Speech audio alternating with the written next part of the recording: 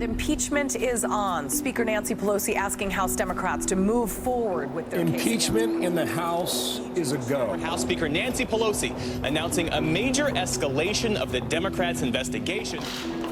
Nancy Pelosi with her posse, the first woman Speaker of the House, a rare symbol of power. If there were any doubt Nancy Pelosi is steely, well, just watch her. Do you hate the president, Madam Speaker? I don't hate anybody. I was raised in a Catholic house. We don't hate anybody, not anybody in the world. She always says to people, look, you have to don a suit of armor and eat nails for breakfast. Pelosi's daughter, Christine, in San Francisco, talked to us in D.C. about her new book and her mother's Teflon shield. Since we were little kids, the more drama swirls around Nancy Pelosi, the calmer she gets. As Speaker of the House, controlled by Democrats, Pelosi is at the eye of the impeachment storm. She launched the inquiry. The president must be held accountable. She defended the Constitution. No one is above the law. No, not the President of the United States, or not. Nervous Nancy. And she's fended off the president's personal attacks. Nervous Nancy. What she has told us over and over is that when the president says something mean about somebody else, it's really his own self-diagnosis. So if he's feeling insecure, he calls somebody else nervous. If he is feeling out of control, he calls somebody else deranged. Can you tell me that never gets under her skin? It doesn't. Nancy D'Alessandro then says growing up Catholic with 5 brothers in a fiercely political Italian family helped forge her success. Her dad was a congressman and mayor of Baltimore. She married, moved to San Francisco, and had 5 kids in 6 years before age 30. She arrived in Congress in 1987, a progressive Californian Democrat. We have waited over 200 years. In 2007, she was elected the first woman speaker. The House will come to order. Making history and helping push through stubborn bills like Obamacare. She made a very conscious decision to say not only will women have a seat at the table, they'll have a seat at the head of the table with a gavel, because that's where the power is. John Lawrence was Pelosi's chief of staff for 8 years. She is a political pragmatist. I think a lot of people think of her as being far left liberal, but she's a pragmatist when it comes down to implementing policy. She always says, if you don't have 218 votes, we're just having a conversation. She's a proponent of the great British political philosopher, Sir Mick Jagger, where you can't always get what you want, but you get what you need. The fact is, you do not have the votes in the House. Nancy, I do. This president has tested all her political skill. She hasn't backed down. Note the finger here in an October meeting on Syria. Who's in charge? Again, 2 weeks ago, that stubborn finger. It's nice to get that finger came up. I've seen that finger come up before. It's not good. Let's face it, she's a woman. She's from San Francisco. She is a liberal. Which makes her irresistible to Republicans wanting to take her down. She excites Republican voters. She gets people very crystallized on what's at stake. Evan Tracy consults on Republican media campaigns and teaches at George Washington University. When you attach Nancy Pelosi to something, people know exactly what you're trying to say. You're basically trying to say, this is open borders, tax and spend, a San Francisco liberal. Nancy Pelosi's liberal agenda. Republicans used Pelosi in 137,000 negative ads in 2018.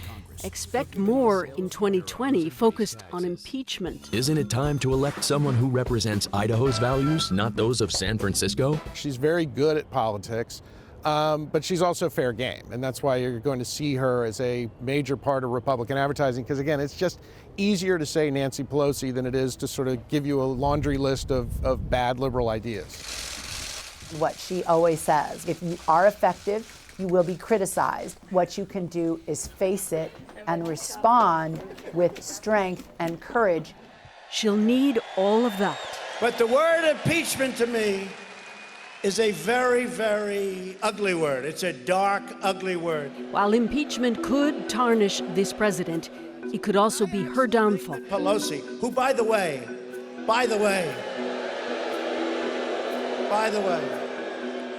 she has totally lost control. If impeaching Donald Trump emboldens Republicans and weakens Democrats in swing states, that will be Nancy Pelosi's next test, 2020.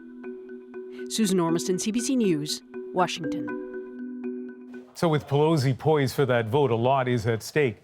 David Frum, a senior editor of The Atlantic, joins us now for some analysis. And David, will Nancy Pelosi get the required 216 votes this week? There's very little doubt that the House will vote to impeach. That's when the drama starts, because impeachment is just pointing the finger. The trial then opens in the Senate, and that is where the drama truly begins. Pelosi has been described by some people as pragmatic. What's pragmatic about a process that could just end with the Senate? Well, Pelosi had resisted the impeachment for a long time. Indeed, many Democrats did, for exactly the reason you described. They knew that it would not get a hearing in the Republican-dominated Senate. The trouble was that with the Ukraine matter, it's a little bit like there's a bad smell coming from behind the walling and nobody wants to go look. But one day the wall cracks and the dead rat is on the living room carpet and someone has to clean up that rat. The Democrats have brought forth 2 articles of impeachment against President Trump, abuse of power and obstruction of Congress. Right. So they deliberately chose not to include any other articles. What do you make of that? Well, obstruction of justice, the abuse of power includes a lot of grounds, including the bribery count. What Donald Trump is fundamentally accused of here is demanding a bribe from a dependent foreign power, Ukraine, extorting a bribe, and then when the jig was up, when he was caught, then refusing to cooperate with Congress, refusing to allow his people to testify, refusing subpoenas. So abuse of power covers a lot of ground, and that's language that has been used in the other historic impeachments in American history. One thing needs to be said, by the way, there have been a lot of impeachments in American history, but only very few of presidents. Impeachment is most often used to accuse judges and remove them for corruption, and there are about 36 of those judge cases. You know, a lot of people use the adjective historic for this process, but really, you know, everything is seen through a lens of something yet to come, and that is the 2020 election. I mentioned, you know, we're looking at what's at stake here. What is at stake for the Democrats to go through this process? Well, I think one of the things that is most at stake, and this gets not enough attention, is the control of the Senate.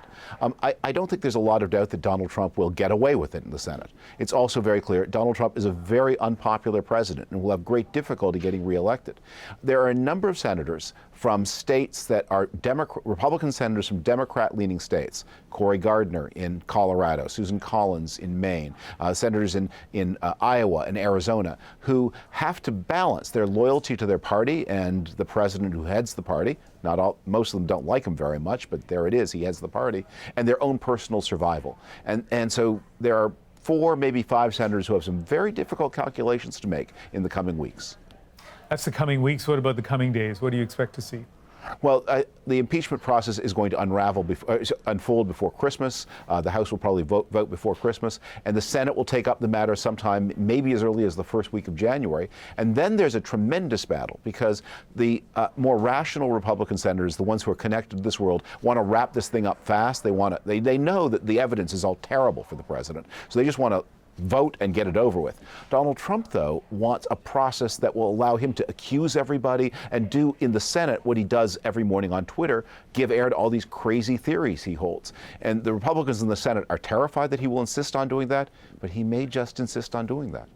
Unravel or unfold. We'll see how the next few days play out. Thank you very much, David. Thank you.